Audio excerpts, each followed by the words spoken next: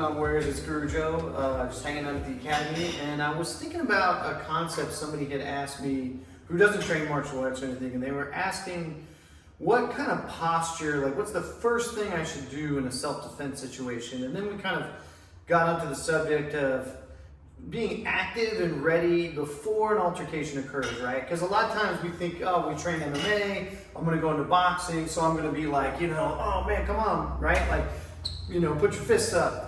And there's nothing about this that's going to do anything but escalate the situation. And so before the fight occurs, right, before there's physical contact, you want to have like an active posture, active hands, but something that's non-threatening. And it also incorporates one of the best tools in martial arts, and that is the finger jab. The finger jab, you may have seen it. Maybe I'll try to splice it and edit it into this video if I have time, but there's an altercation or kind of a challenge match between like a US Navy SEAL and I think it was either Israeli IDF or the South Korean ROK SEALs. And, there's a lot of bravado, machismo. These guys are squaring off and let's see what you got. And the person opposite the US Navy SEAL ends up, they kind of salute, shake hands. The guy enters for sort of like a low double leg takedown, and he just blasts him with a finger jab. You can hear him kind of screaming on the video, and he just drops him. And a finger jab, if you've ever been affected by it, I'm sure maybe some of you just even accidentally getting poked in the eye, it can put you out for several minutes. In fact, during the pandemic, I was training with my good partner, Coach Eric here, and we were working on different colleague things and just sort of running a testing ground. We didn't have anybody else to train with during that time. And I accidentally grazed him about as hard as I'm like brushing off my shirt here like that. And it was a good 10 to 20 minutes of recovery. His eye got really red. I felt horrible. So the finger jab is absolutely like no joke. So let's talk about that first. So educated finger jab, it can be done a couple ways, but the primary way is to fix your hand sort of like you're about to take a sip of water, because what you want to do is line up your four fingers like this so you don't have the middle finger protruding and jam your hand when you strike something. So one way is to just sort of peck at it like that. If you have like a training bob, like the training dummy, you can train on that. You can hang a tennis ball and just sort of like tap the tennis ball that way. You can go really light on the heavy bag. It doesn't require a whole lot of training. If you train a good jab is going to bring out many of the qualities of the finger jab, right? So like from a three-point cover, the finger jab could be more rising. So train that on the bag, just like you would from like a Philly shell position. It could be more like a straight jab this way. But one of the cool things about it, the way I like to use it, is it can come down like this. And I'll show you that in just a second. And then the last way to do the finger jab is sort of to create a whip or a fan and flick it through the object where you're just trying to scrape it. So the idea would be to sort of rake the eye and just go across, more like a backhand, almost like a slap, and you're just trying to roll the finger. But because you're not hitting straight on like this, you're not going to injure your hand in that way. So it could be like a distraction. You still might get a piece of the eye and cause someone to really hesitate and freeze up in order to get something else, some harder artillery off. But the straight finger jab to the eye is known as a serious weapon. In fact, what Guru Asana tells us is that Bruce Lee called it the queen on the chessboard, or the queen of weapons. And what he meant by that is, back to the chessboard analogy, is that the queen can take any piece on the board. It's so powerful, it can run any position, any line on the chessboard, and it is a major strategy to set up and take down the king. So in Bruce Lee's opinion, the finger jab was superior to a lot of other things. The other thing is, when we think about like a jab, right? If I just jab the bag, this is my range, right? We talked about that a couple weeks ago. I can penetrate the depth of the bag, rattle the core about 6 inches behind the target. But with a finger jab, I can be even further away, further than my opponent expects with clenched fists, because you just get a little bit of extension on it. All right, that brings me to what I want to talk about, is that active posture, having active hands up. So let's say you're in a self-defense situation and you think it's going to get heated. The person hasn't violated your personal space yet, we can start to have this look where we're just talking and gesturing just like I am now, but more center line coverage. I'm gonna bring my elbows in, have my hands up. Hey, I don't want any trouble, right? So you can see my thumbs are about even with my chin. So if I were to close my fists, it's no different than being in a boxing posture. I'm at the ready, my feet are bladed. I don't know if you can see my feet in this video, but I have my normal stance, but I don't look threatening, I look calming, like, hey, let's talk about it. It's no problem, my friend, like, let's just go on about our day, you know, no harm, no foul. It was a misunderstanding, but just here. One of the things about being here, right, it looks like I'm totally unprepared. The finger jab can come down from here this way, right? If my hands were a little lower, more like chin level, like I started describing, it could come out just like my straight jab would be like that. So the first motion of defense is already built in. The second thing we could accomplish is, since my hands are on the center line, how easy is it going to be able to parry any kind of thing that comes in, come in for defense, like cover and hit, come in for defense and into the takedown. And so this active hands posture, what we're looking to do is really just de-escalate. That's the end goal. Like, we don't want to have to get in a fight with somebody if we don't have to. We don't want to have to defend ourselves. In fact, I view self-defense as like the total gamut. You know, self-defense might be that you just cross the street because you perceive a threatening person on the other side.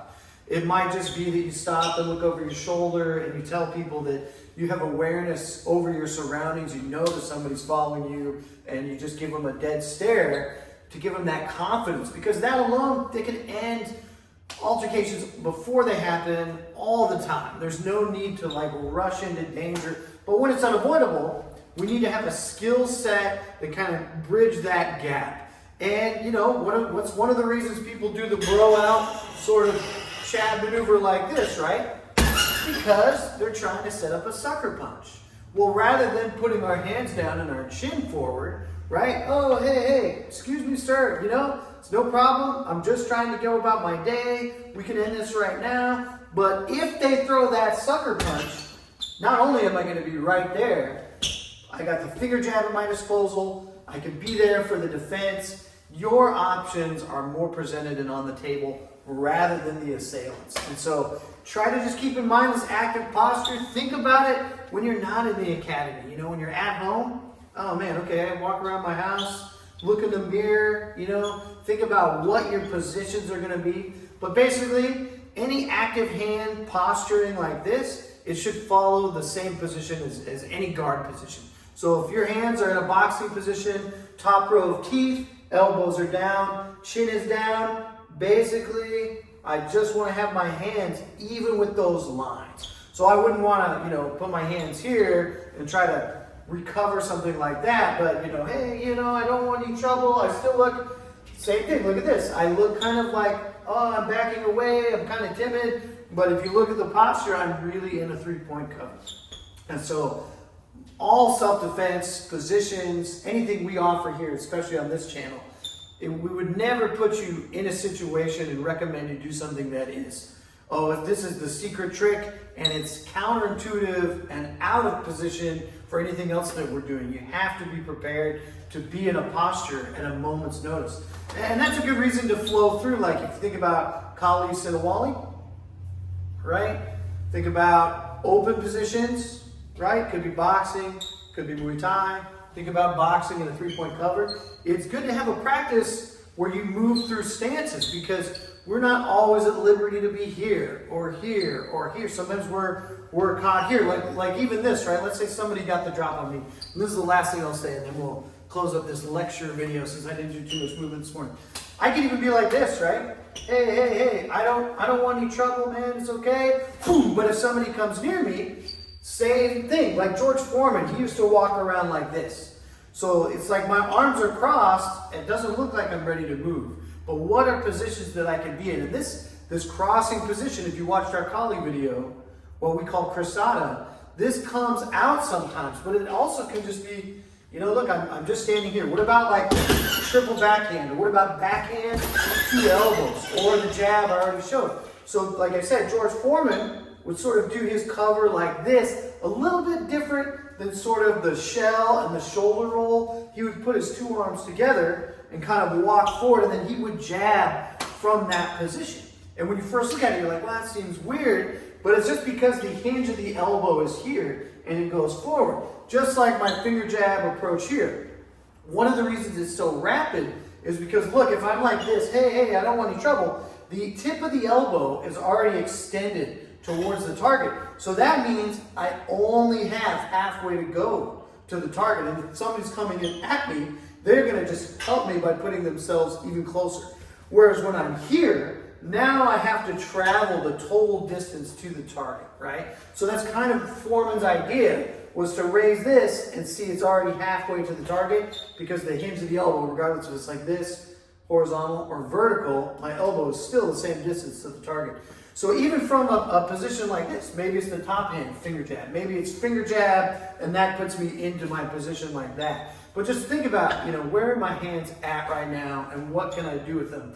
Rather than just being caught off guard, letting somebody walk up to you with their hands down, or like we talked about in the very beginning, escalating the situation. Like, hey, what do you want? Like, well, the fight is on now. You've done the aggressive action, and now maybe the other person's going to retaliate to that. But if we're here, and I've used this in real life a couple times. I'll tell you a quick story, and leave a note in the comments. If you don't like my stories, I won't tell you any more of them. But I was serving meals to the homeless. This was during COVID. You may remember, especially here in the Portland area, we had a rampant influx, basically a homeless epidemic along with the pandemic. It was very tragic. And newly homeless people that had lost their jobs and their livelihood at a moment's notice. And I was serving hot lunches to people during the winter months, and hand warmers, and trying to connect them with services too, asking them if they needed anything else, any other help or assistance. And I had a co-volunteer with me, and this gentleman almost ran over her foot running through this parking lot. And I had pulled her aside. I said, hey, look out for this guy. Looks like he's got a chip on his shoulder. And I kid you not, the gentleman jumped out of the truck, put his hands up, and yelled, oh, you're a passive-aggressive a-hole. What are you going to do about it? And I was basically at work, right? So who wants to get in a fight at work? Nobody. But there was about 10 feet of distance in between us at that time, and then my coworker was behind me. And so same thing I'm saying today, I just put my hands up and was like, hey, I don't want any trouble. Must have been a misunderstanding. And then he shouted, he's like, I'm a nice guy. I'm a nice effing guy. And I probably shouldn't have said this. I don't know if it de-escalated the situation, but I think it did actually, because he was so heated. And I said, you're such a nice guy, you're going to prove it by assaulting me. I was like, go ahead, it's your day. And actually that kind of defeated his rhetoric, and he was like, oh, I am too heated. So anyway, those are my tips for the day. Active hands, active posture, move from where you're at, and practice different guard positions. So if you're in the gym and you only favor this, or you only favor a pillar position, or you only favor like a no clap style longer guard, play with it, because you want to have that ability to move from anywhere. You need to be ready from anywhere. And it'll help your sparring too, because you'll have more tools to do. You won't have to hit something or throw a shot and then reset to your only preferred guard that you have. So it'll make you better. All right, thanks for watching. Catch you guys later.